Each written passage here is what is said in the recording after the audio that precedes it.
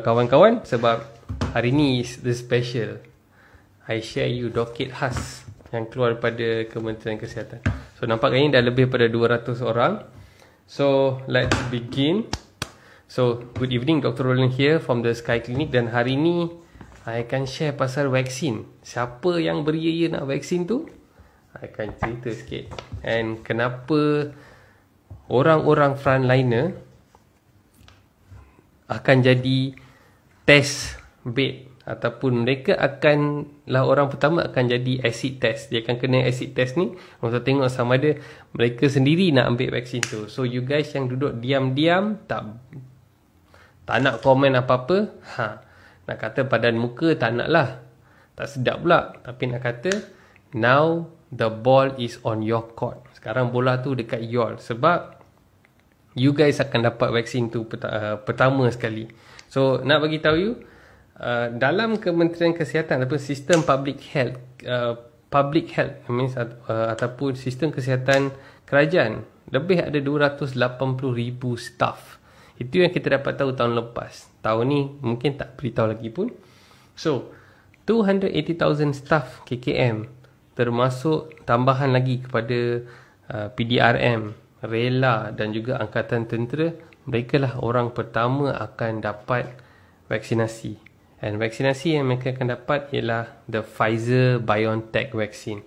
Inilah vaksin RNA. So nama vaksin itu ialah Comirnaty, nama vaksin tu. So ini yang doket ni adalah doket daripada dikeluarkan oleh NPRA. NPRA ni ialah badan atau agensi Kementerian Kesihatan yang bertindak untuk mendaftar vaksin RNA Pfizer-BioNTech. So I bacakan sedikit.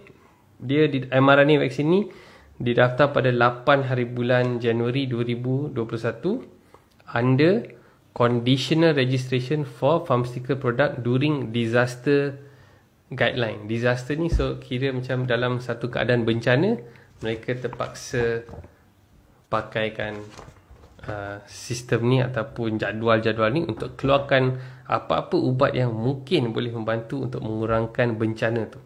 Okay, so yes, 280,000 staff KKM, banyak tu. Sistem penjawat awam ada lebih kurang 1.8 ke 1.9 juta orang. So 280,000 agak-agak is the number of staff KKM ada. Okay, so vaksin ni ialah RNA vaksin. So I akan tunjuk sedikit pasal RNA vaksin. I pernah buat RNA vaksin, saya pernah ceritakan kepada you all. Okay, I can move it. So if you can see, so katakan macam mana vaksin ni akan berkesan. So RNA vaksin dia hanya ialah satu slip informasi DNA RNA je. So dia ada satu informasi sangat-sangat kecil yang akan diletakkan dalam satu kapsul lemak. So ada satu kapsul lemak ni, dia ada 2 layer, dan dia akan dibentuk macam ni vaksin tu. Dan vaksin ni dia akan masuk ke dalam sel badan kita bila kena di-inject lah. So bila you kena inject, dia akan masuk ke dalam sel, dia akan serat duduk kat permukaan ni, masuk ke dalam, dan dia akan masuk ke dalam. So informasi ni dia akan masuk ke dalam. Dan bila dia masuk ke dalam, untuk vaksin Pfizer, dia tak masuk ke dalam nukleus. Dia tak masuk kepada nukleus. Nukleus ni lah pusat informasi sel you. So all your information dalam sel, dia akan masuk, semua akan terjaga. So baka you, DNA you semua ada dalam nukleus. Tapi RNA vaksin Pfizer tak masuk ke dalam ni. So dia akan masuk sini, and dalam sel kita ni ada something called as macam satu mesin pencetak. Okay, so dia ada mesin pencetak ni. So I just kat luar lukiskan sikit. So dia akan masuk ke dalam sel ni, informasi ni akan masuk. So bila dia masuk, kita ada satu benda nama dia ribosome. So skrip tu dia akan masuk lalu kat sini, dan dia akan cetak. Dan apa dia akan cetak informasi ni untuk COVID-19 punya virus ni, dia akan cetak spike protein. Spike protein tu ialah spike yang you biasa nampak dalam kalau mereka lukis COVID tu, dia akan lukis virus tu bentuk macam ni kan. So dia akan print kaki dia. So dia akan print kaki ni, banyak kaki ni. Mesin ni akan cetak, print macam fotokopi mesin, cetak, dia akan buat banyak ni. Dan benda-benda ni dia akan keluar. Dia ada satu gate lah, dia satu pintu, dia akan keluar and keluar ke dalam badan. So bila dia keluar ke dalam badan, sel darah putih you ada banyak jenis lah. Ada B cell, T cell and everything. And sel ni apa akan jadi? Dia akan cam kaki ni, and dia akan cuba bentukkan antibody. So bila dia bentuk antibody, katakan kalau you tak pernah didedah kepada virus COVID tu and masuk ke dalam kerongkong you, so automatically badan you tahu bila nampak spike protein tu, dia akan bina something called as antibody. Bentuk dia macam ni, macam klip untuk tangkap benda ni. So sekiranya kalau virus yang betul-betul datang, virus COVID-19 yang betul-betul datang, dia akan klip. Bila dia klip ni, virus SARS-CoV-2 ni, dia tak boleh masuk ke dalam sel-sel paru-paru you, sebab dalam sel paru-paru tu dia ada docking site. Docking site ni lah tempat di mana klip ni boleh masuk. So bila klip ni dah kena tutup, automatically badan you akan letak macam target. Dia tag and dia akan serang. So itu cara macam mana vaksin RNA berkesan. So vaksin RNA teknik dia macam ni. Vaksin DNA teknik dia lain pula. Itu dia ada guna macam DNA daripada adenovirus cipan dan sebagainya. Okay, so apa yang menarik I nak share is side effect. Okay, so side effect ni ialah kesan sampingan daripada ambil ubat-ubat ni. So memang vaksin tu akan boleh membantulah. Itu berdasarkan apa kajian saintifik yang mereka buat. So antara side effect ialah severe allergy ataupun alahan. So kepada orang-orang yang mungkin ada macam asma and everything, mungkin kalau ada airway, susah bernafas and everything, so dia kena berjaga-jaga sebelum mereka ambil vaksin tu. Kalau ada orang yang ada macam pendarahan yang banyak, dia kena berjaga-jaga. Dan orang ada HIV ataupun ada sindrom yang mana ada autoimmune disease ataupun immune system dia sangat-sangat lemah, mereka tak boleh ambil this kind of vaccine first selagi mereka jumpa doktor dan sebagainya. Tapi side effect ni yang paling ketara yang nak ceritakan lah. So dalam side effect punya docket kat sini ni, docket ni siapa-siapa nak, I akan share nanti atas page link saya. Nanti you boleh download sendiri dan you boleh baca sendiri. Tapi semua docket ni dalam bahasa Inggeris. Jadi I nak terjemahkan dalam bahasa Melayu sebab Menteri Kesihatan pun dia takkan terjemahkan dalam bahasa Melayu. Tapi I nak ucapkan dia tahniah lah. Dia akan dapat vaksin ni awal seminggu sikit untuk suntik semua staff KKM tu. Okay, so first thing is common side effect.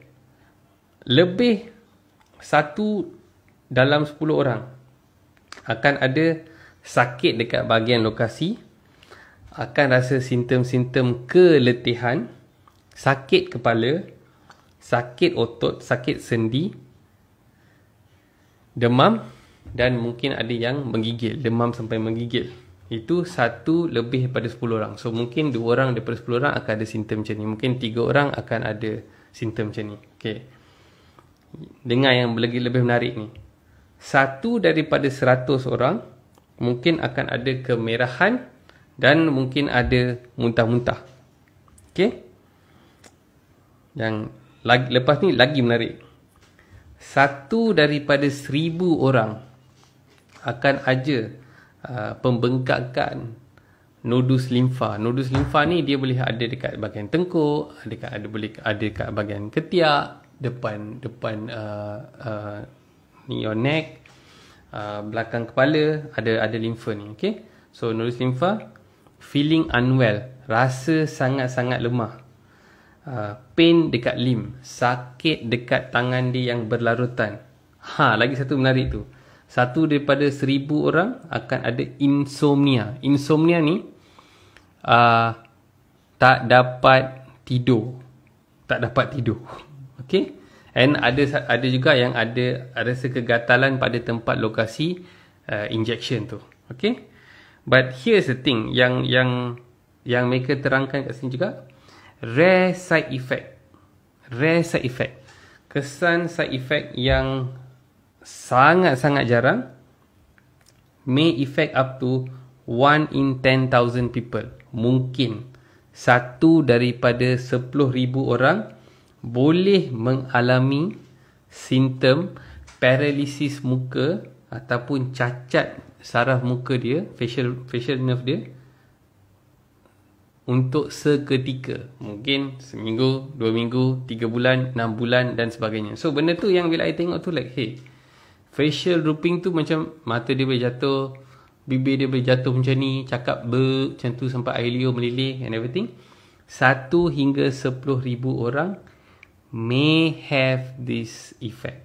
Okay, so katakan kalau kita suntik 500,000 orang, maka akan adalah mungkin 50 atau kurang orang ada simptom yang macam mulut dia batu, mata dia jatuh macam tu, slurring, cakap macam tu boleh terjadi. Dia tak boleh kunyah betul-betul. So this is what we call facial drooping.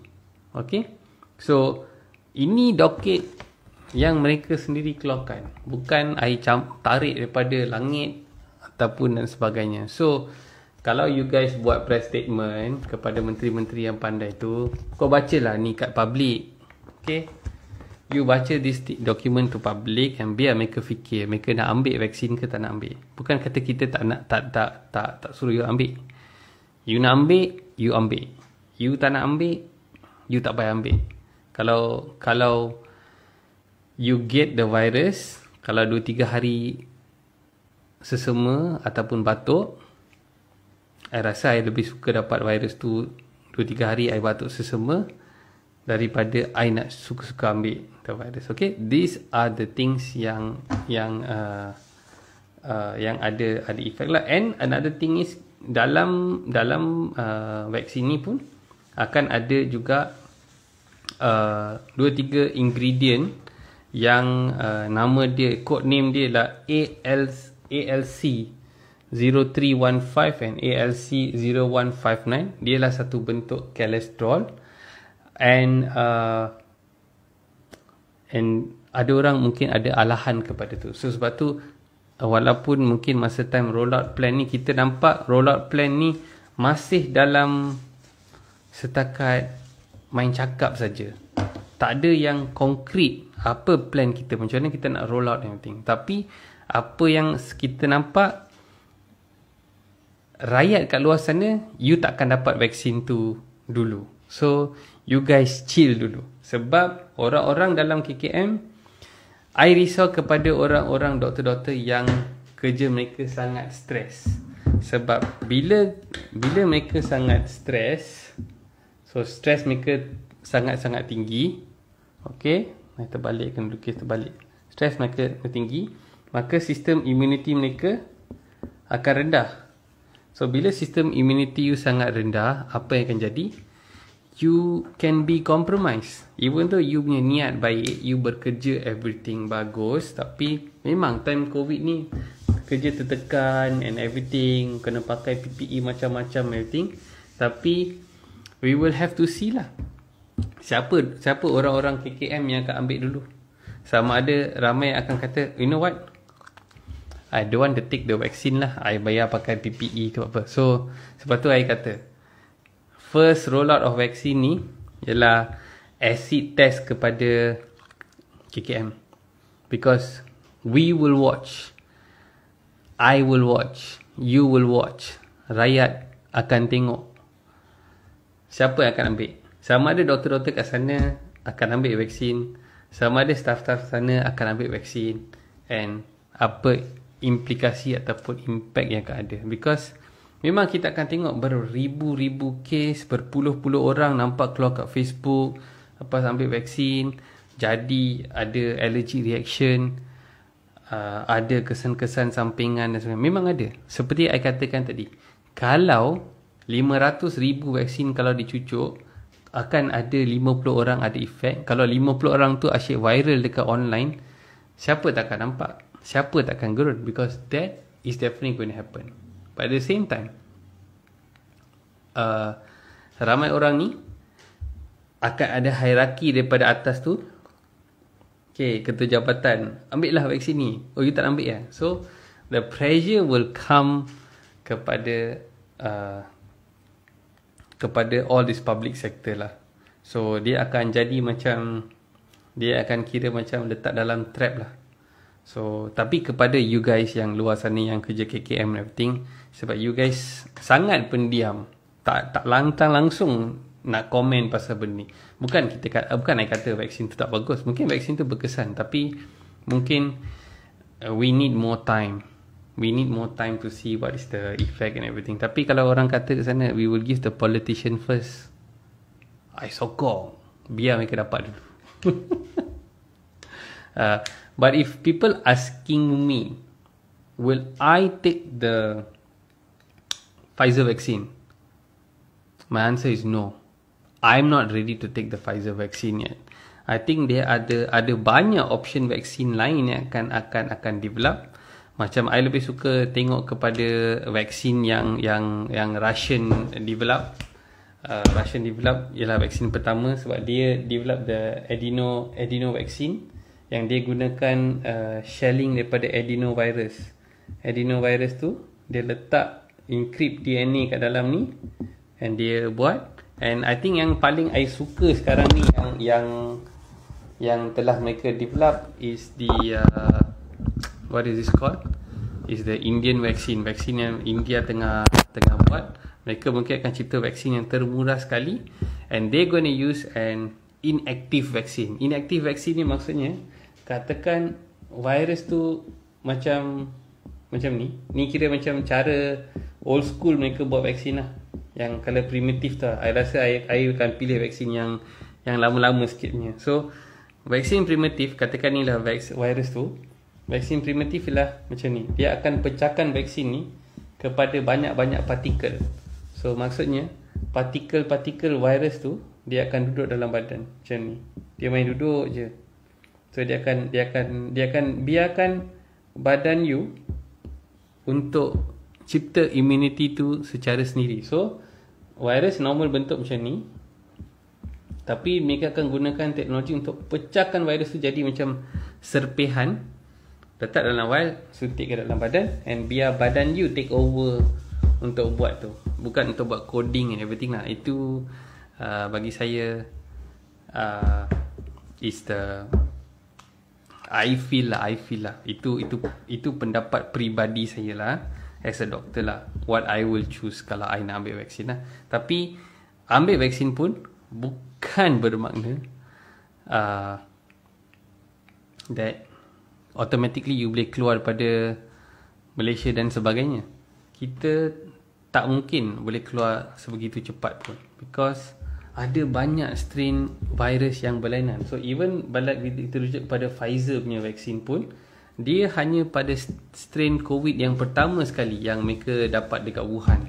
So bila vaksin daripada Wuhan tu, the virus strain tu bentuk dah lain. Tapi yang kita dengar ada yang B117, virus yang virus sebab dekat UK, ada yang kat South Africa. So senantiasa akan ada pembentukan strain baru, sebab virus COVID ni dia macam umpama macam virus yang buat kopi dia yang selalu buat kesilapan. Macam buat ejaan, selalu budak sekolah ni akan buat ejaan yang salah. So ayat-ayat dia akan keluar salah. So coding dia akan keluar salah. So bila coding keluar salah, bermakna akan juga ada pembentukan signaling dan pembentukan sifat virus tu akan berubah. So memang mutant lah. Virus ni memang mutant. Virus ni memang viral. Sebab tu kalau you beli antivirus pun untuk komputer, mana boleh sekali you beli antivirus tu sampai 20 tahun, 30 tahun you guna.